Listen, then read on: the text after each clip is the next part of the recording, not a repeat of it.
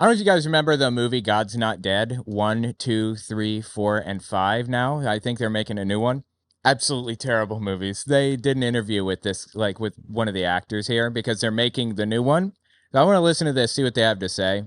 Bound to be absurd. It's on a TV show called Flashpoint. It's on Kenneth Copeland's Victory channel. I mean, it's important to take over the 7 mountains in our culture. One of those is television and, of course, motion picture. With me, Dean Cain. Nice to see you, sir. Our white, Miss Good. Oh, Dean Cain. I didn't even recognize that dude. I used to watch Dean Cain all the time on, was he on like Ripley's Believe It or Not or something, I think? Yeah, he's like a religious nutcase now. He mentioned the 7 mountains a minute ago. The 7 mountains, I'm not going to go into it too much. It's a reference to like their political strategy to take over the U.S. government. They try to get their people to the top of 7 areas of society, like TV, media, business, and military, and so on, arts and entertainment. I don't even remember what they all are now. Anyway, he's saying that this is them getting their people to the top of media.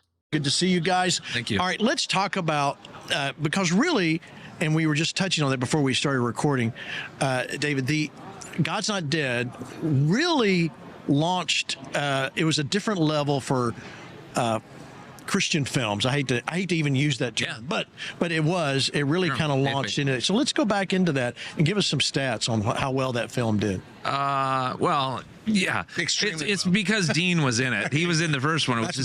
Dude, he looks so different now, Dean Cain does. Wait, I thought this is Scott Baio. Is this not Dean Cain? They said that it was Dean Cain, I thought. Hold on. That's not Scott Baio, that's Dean Cain. Wait, is Scott Baio even in this movie? Yeah, this is Dean Cain I'm looking at here. Dean Cain was also Superman, wasn't he? Yeah. Yeah, he was Superman. I totally forgot about that one. Wow. Okay. Just 10 years That's ago. my version of that story. Yes. Yeah, it was 10 years ago, the first film. Which is crazy, yeah. You know, when it came out, it was a little movie. It was made for $1.2 million, and we felt it was our first theatrical movie. Ironically, we had done probably 30 movies before that went straight to home entertainment. But you know, God always has a way of choosing things for such a time as this. And that movie came out, and it. We took it theatrically. It stayed in theaters for 20 weeks. It broke the record on how long a faith-based movie had ever been in the theater. And then also, it was big. Yeah, God's Not Dead 1 when it came out. I remember driving my nieces to the theater and dropping them off, and then I was supposed to go pick them up. And when I picked them up, I didn't even know what they were seeing. When I got them, they were screaming, "God's not dead, he's surely alive," over and over again. Just the cringiest shit on planet Earth. Oh my God. And they were texting like everybody in their phone. That is some predatory shit right there, man. Trying to convince kids to text everyone in their phone. Jesus Christ. Also, it just changed the whole landscape of how Hollywood viewed faith-based films, because it broke all records from on the financial side. Right. Yeah, that's important to the Hollywood folks. Yeah, and then it was interesting because at the time. Seriously, Dean Cain looks so different now. I can't get over that. Wait. There used to be a TV show called Ripley's Believe It or Not, and if you don't remember, I was super little. I mean, it was probably reruns when I was watching it. Apparently 2000 to 2003. This is probably the thing that I remember him best for, but he was also Superman. Hey, check, it's me. Look. See? I'm waving to myself. Here, it's something like this.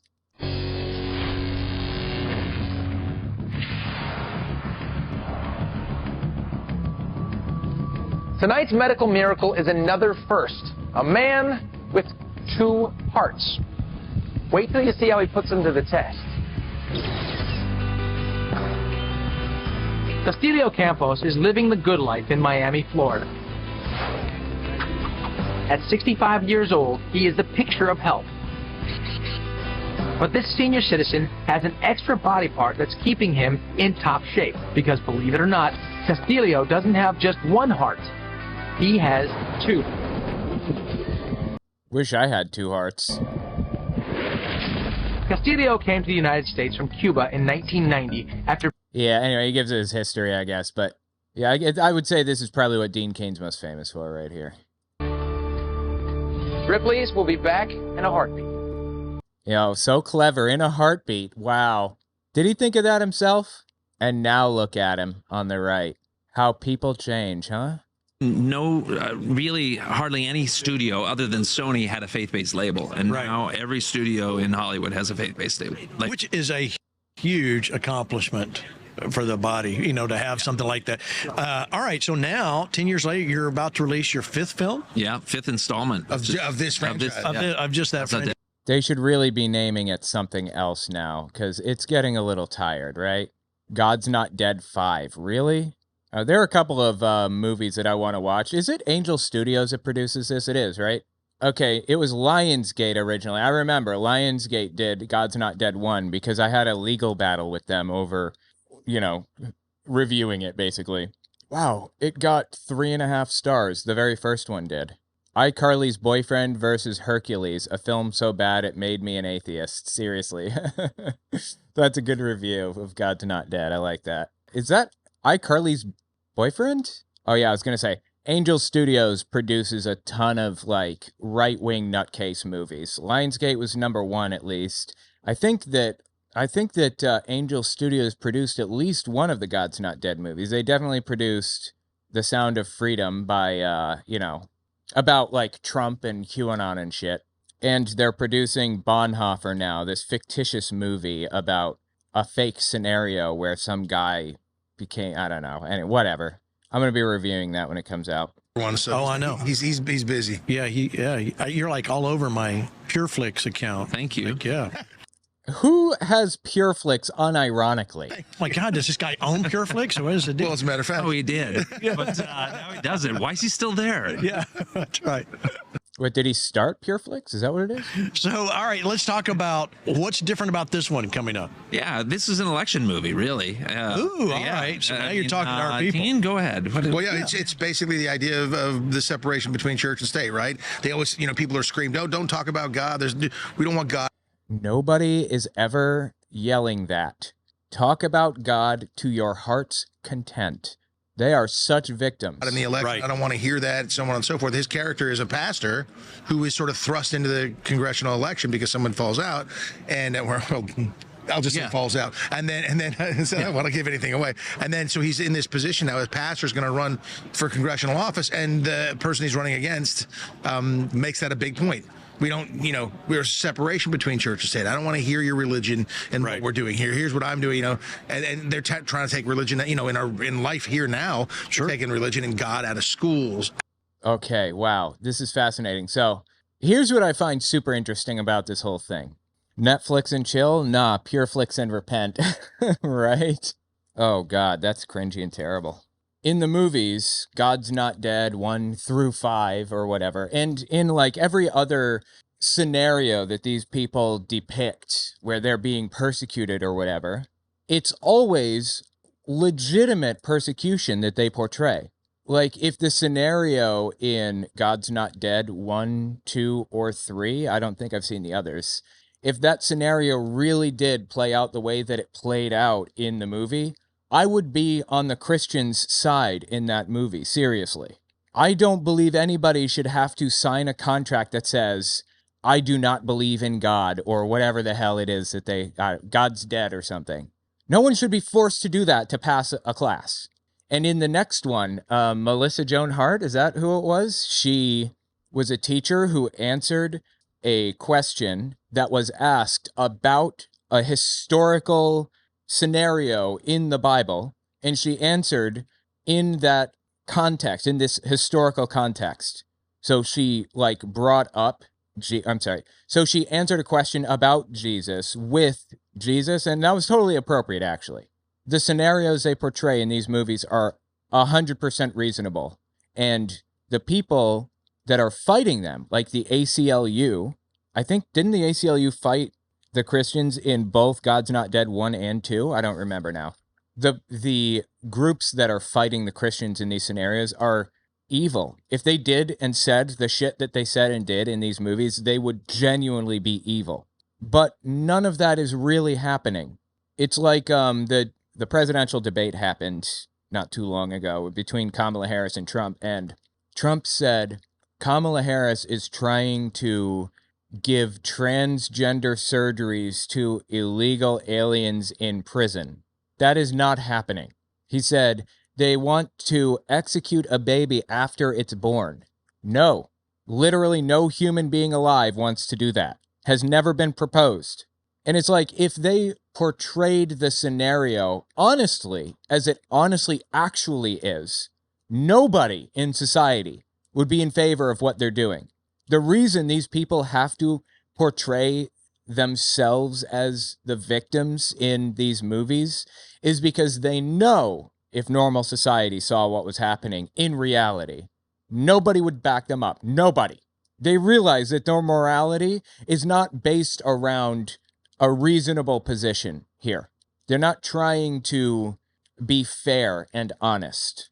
These people on screen, the ones that produced God's Not Dead or participated in it, wrote it, or acted in it or whatever, they know that they are completely full of shit and cynically trying to take advantage of people and lie to them. They have to know that. They couldn't read the script and not know that. The same as Trump. He can't say the things that he said and not realize that he's lying and cheating and taking advantage of people. It's not possible. Out of universities, wherever they can, and replacing it with ideologies that I don't think are serving our people very well. So he says that God's being removed from universities and schools and is being replaced with ideologies that don't serve people well or whatever. He's saying they're sticking trans ideology in schools. Literally nobody, me included, stands for quote-unquote trans ideology being pushed on children in schools. No human being in the United States believes in that.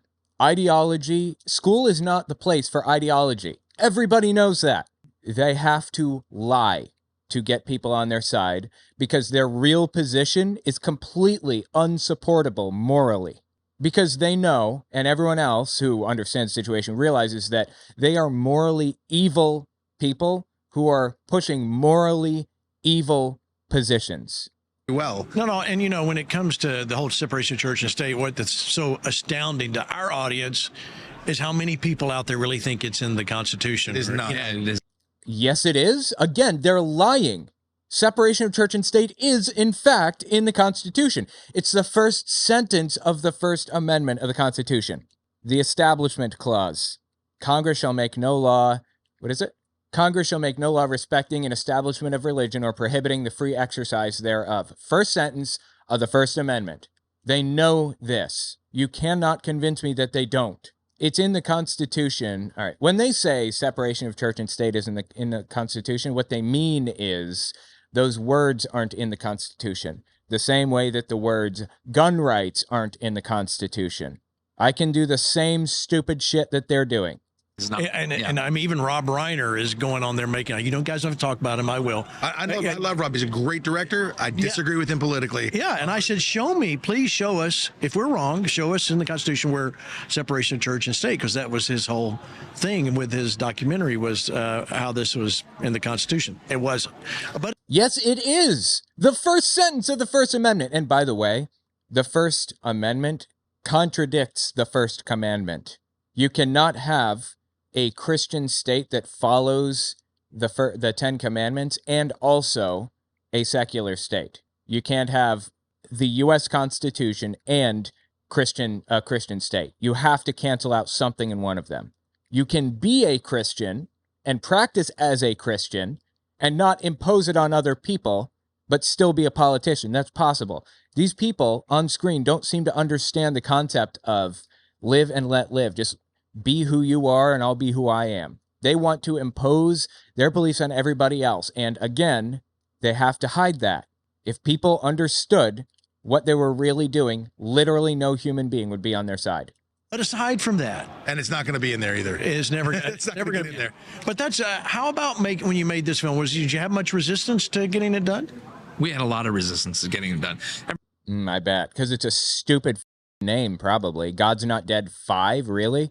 The only movie that can pull that off is Rocky. Every single movie, we've had a ton of resistance on, and not to mention, such victims. there were a couple strikes that happened too in the middle of all of it. So that just continued to.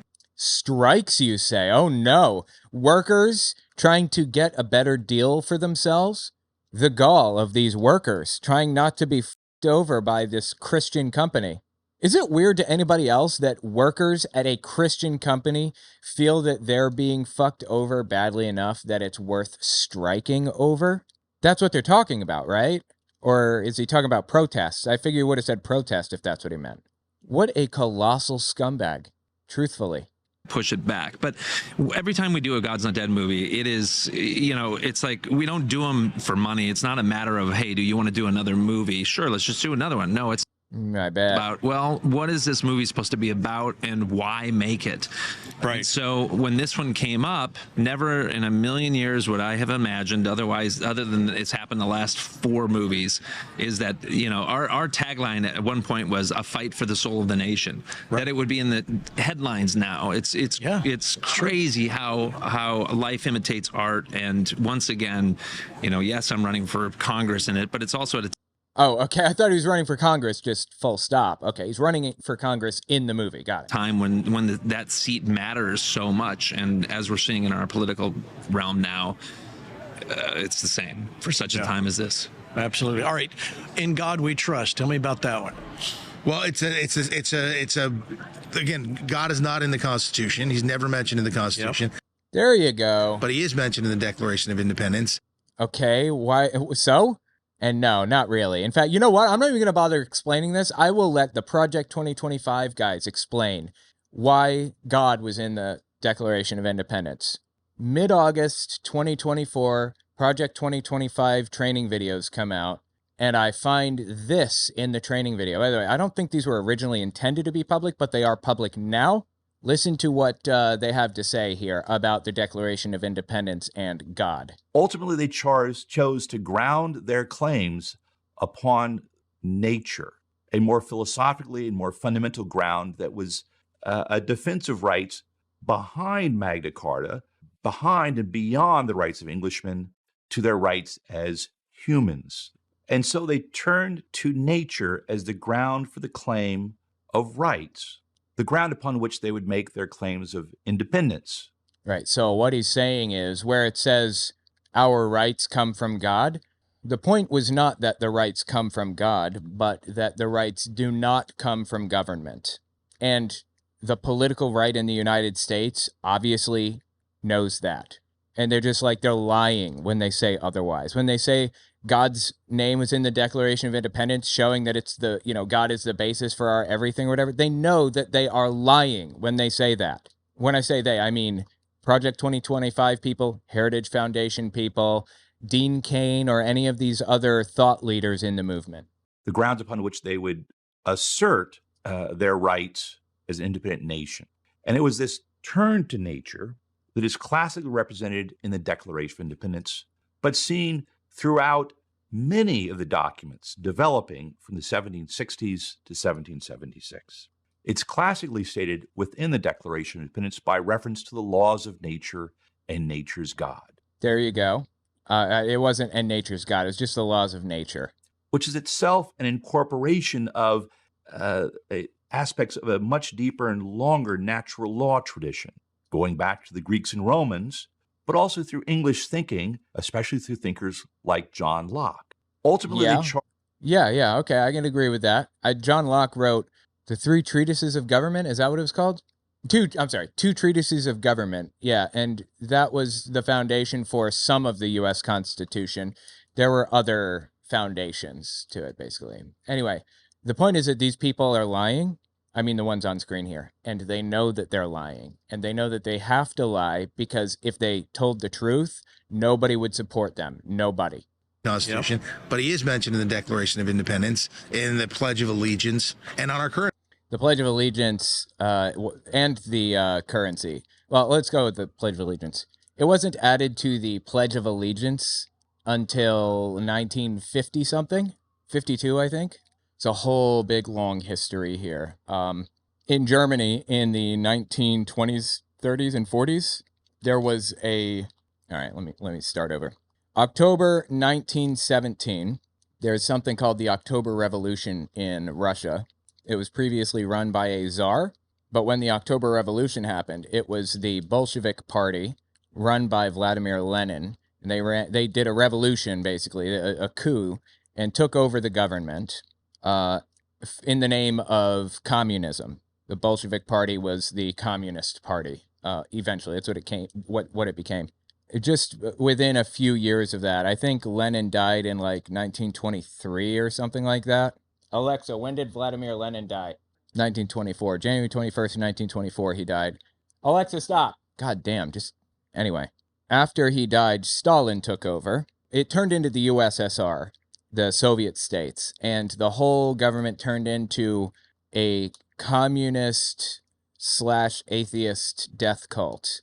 More people died in the Russian gulags than died in Germany at the hands of Hitler. Seriously, it was ugly. I don't know why we focus. You know why we focus in so much on the evils of Germany? Because they got imperialistic and started trying to take land from Europe. That's why.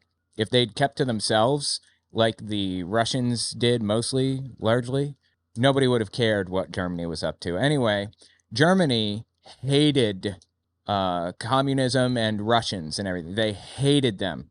The communist atheists were the leading enemy of the Nazi Party, the National Socialists in Germany at the time. They were like the only party that would trade punch for punch, shot for shot, quote unquote, with the Nazis. They were just as violent. So Germany mobilized its culture against atheism and against communism heavily. And as a matter of fact, everybody outside of the USSR mobilized against communism and atheism. After Germany lost the war, America allied with Russia to do like a pincer attack on Germany, to take Germany and dethrone Hitler or whatever, and it worked. They succeeded. But after Hitler fell, there's a massive battle between the USSR and the West. So that kind of hatred of communism and atheism transferred from, the Germanic area to the rest of the West. So now it was communism and atheism versus Christianity and capitalism. And it stayed that way from 1945 clear through to 1993 or 1991, whenever, the Berlin Wall fell and communism disbanded. I think the wall fell in the 80s, and the USSR broke up into individual states again in 91 or something. Yeah, 91. December 26, 1991 is when that happened. So anyway, from 1945 clear through to 1991, there was this massive push against communism and atheism because of the political environment. And there was a movement called McCarthyism being pushed by the United States, the House of Un-American Activities Committee in the House of Representatives. They were accusing people of being atheist or communist or whatever, even when they weren't. And they were like putting them in jail and stuff and making them lose their jobs and all kinds of ugly stuff. As a matter of fact, China was doing research on prisoners of war and brainwashing at the time. And they convinced these people, basically they brainwashed these American soldiers that they had captured through a process that I don't need to get into right now. It was complicated. Robert J. Lifton writes about it in his book on the subject. Yeah, I'm going to read that later on. Anyway, he wrote a whole book about it, but China brainwashed these American citizens into coming out here and saying this on film. My name is Harold Webb from West Palm Beach, Florida. My name is Aaron Wilson from Urania, Louisiana. This is a very happy moment for me, for now I am free from McCarthyism. Friends, the only way to stop fascism in America is to do as I have done. Stand up and fight for our rights. My name is Louis Griggs, and my home is at Jacksonville, Texas. I stayed behind to escape the red bait of McCarthy, and to assure that I'll never again have to fight in another unjust war. Is that? So they were given the option to escape China. The Chinese government allowed them to leave if they chose. And these people chose not to leave. They chose to stay in China and continue to do their thing or whatever. That is some fascinating, like, brainwashing, right? For that to have happened? In Korea. Even if I had wanted repatriation, the fates of Dickinson and Baxter would have stopped me. My name is Richard Tennyson. I live in Alden, Minnesota. People who hate war and stand up for their beliefs are faced with McCarthy and his fascist up-control House Faced with McCarthyism and fascist control, I think he said. Un-American Activities Committee. From the House of Un-American Activities Committee. I will return someday when I can speak for peace lawfully. So the point is that communism and atheism were tied to each other, linked at the hip, and absolutely hated by everybody in the United States. And it came to a point where atheism was like demonized so heavily that they started adding "In God We Trust" to everything. They added "Under God" to the Pledge of Allegiance in the 1950s. They added it to the paper money, I think, in the... When did they add it to paper money? 1956. Yeah, it was added July 30th, 1956. So everything that these people are saying right now about "In God We Trust" being added to the money and the Pledge of Allegiance and everything, that wasn't done by the Founding Fathers. That was done by nutcases who were obsessed with hating a political and religious ideology that did not match their own, basically. Again, God is not in the Constitution. He's never mentioned in the Constitution, but he is mentioned in the Declaration of Independence, in the Pledge of Allegiance, and on our currency, which is "In God We Trust." So it's clearly a part. God has clearly been a part of the founding of this nation. But that's just a lie, and he knows that. He can't possibly not know that what he's saying right now is not true, right? He can't not know that. And so that's that's where the title comes from. And, because people are, do we trust in God? Are we saying that? So help me God. Right. Do you swear on the Bible? Do you say, God bless America? Again, like a lot of this stuff was added later, like in the 50s. I mean, there's been kind of a Christian undercurrent in the United States because the Anglo-Saxons that came over here from Britain were predominantly Christian. But we are really a country of immigrants. Like, that's how our country grew. That's how it's, come into existence. That's just how it's always been. Immigrants. God bless the United States and God bless our troops. I mean, these are the things that people are saying. Some of the people those things are precisely the people who are trying to get God out of schools and out of people's lives. It's a weird contradiction. So I think it's it's a call to action and a reminder of the freedoms that our country was built upon. Yeah. And bringing God back into the schools. And he's saying the freedoms that our country is built upon. He's trying to remove freedoms from people. He's trying to impose his beliefs and ideals and vision on the people around him, whether they want it or not. That's not freedom. That is him taking freedom. What is it, that 1984 quote? Slavery is freedom, lies are truth, or whatever it is. It's a call to action and a reminder of the freedoms that our country was built upon. Yeah. And bringing God back into the schools, into the communities, into the government and our churches. Not to mention our churches. That was weird. That was a weird time when the churches were shut down and not allowed to, especially living in. But they were allowed. What are you talking about? Churches were not allowed to whatever. There's never a point in time ever that the churches are not allowed to hold services during COVID. That did not happen. That is like in people's heads. A lot of churches chose to hold services online for the safety of their parishioners, but that was their own choice. There was never a federal shutdown of any sort ever, to my knowledge. I don't believe that the federal government ordered anybody to shut down at any point. There's a period of time early on where Ron DeSantis of Florida and other governors chose to have a temporary lockdown where essential services stayed open, but others did not. And at that point, churches were allowed to hold services, but they had to hold their services either outside, or they had to space their chairs out, or take temperatures at the door, or all three. There was never a point in time where they forced churches not to meet under any circumstances in any way. Again, if they just told the truth about these things, nobody would be on their side. Nobody. in California. And I was going to mention, with COVID, that's really when we were watching Pure Flix more than ever because we were stuck at home.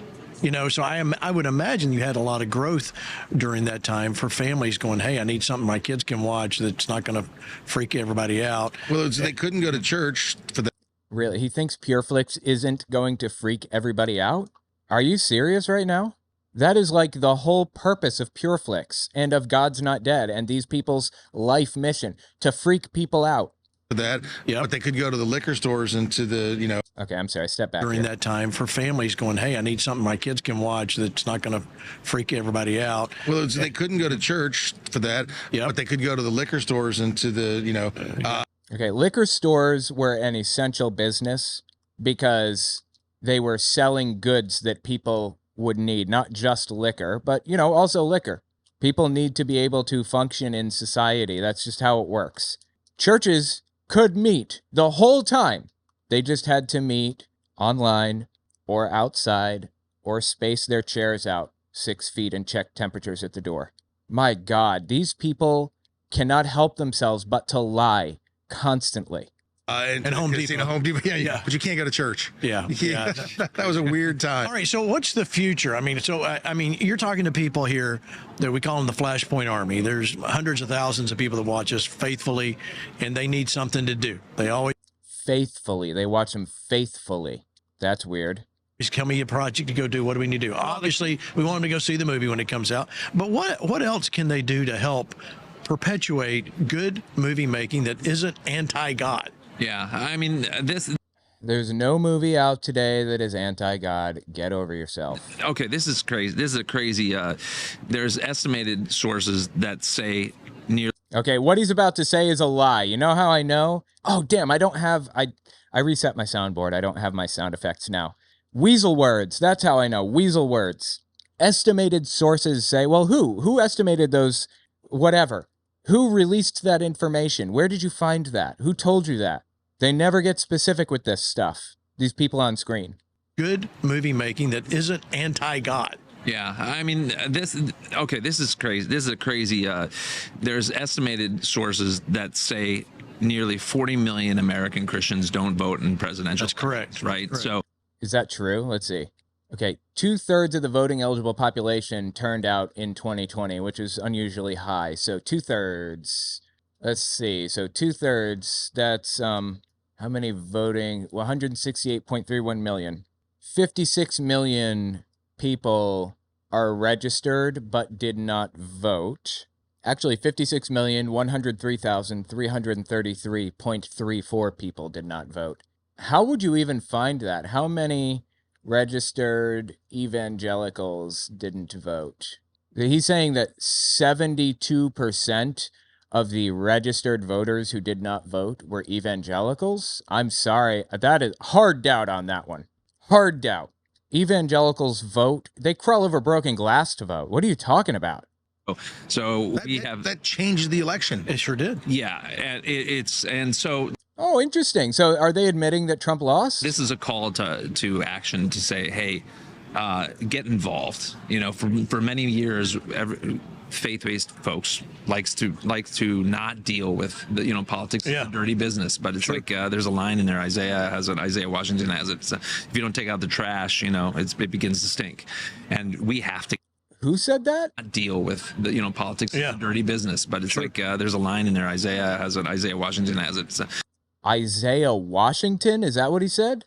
I've never heard of Isaiah Washington before. If you don't take out the trash, it begins to stink, and we have to get involved. And so this movie is a call to arms to get involved.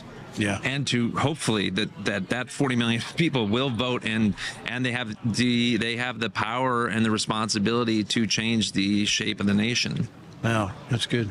Dean? Well, when you talk about that, the numbers are, even look at the last election, at the difference between the numbers. If half of those people voted. Oh, wow. They're admitting it here, right? They're admitting that Trump lost? And voted Republican, it's over. Even last election. So if they're energized in this election, it's a landslide. All right, so God's Not Dead. The new one comes out. When does it come out? September 12th in theaters everywhere. And that's tomorrow. Oh shit, that is fascinating. This is another little pitfall that these people have a tendency to fall into. They seem to think that like everybody that didn't vote would have voted Republican, and they do the same thing with undocumented immigrant or whatever. They say, I don't know, 10 million people came over the border or whatever. I have no idea what the numbers are now. And all of those people are voting for Democrats. Well, first of all, they're not allowed to vote. Second, they're not illegal. They're undocumented, as I said. They're asylum seekers. They are here legally because they are legally allowed to request asylum at a UN asylum, a refugee center or whatever. And third, why do they think that all these undocumented immigrants are going to vote for Democrats, even if they could? I mean, they have like 7 years ahead of them before they're even allowed to vote, plus the legalization process. But even if they could, why do they think they're all voting Democrat? You know that immigrants have a tendency to vote Republican? I don't remember what the split is. It's like 54% Republican, 46% Democrat or something like that. Because especially with Cubans, they come in from a very left-leaning culture, but authoritarian left-leaning culture. And that encourages them to go as far right as they possibly can. That's just how it works. So these people just live in a fantasy land in like so many different ways. It's ridiculous. God we trust. All right. So we got to go see it. All right. So go see it and support the films. Any other way they can follow you guys? Oh, I'll definitely be watching that. How can people stay in touch with you? Anyway, tell me what you think about it in the comments. These people are just a joke. They are a joke.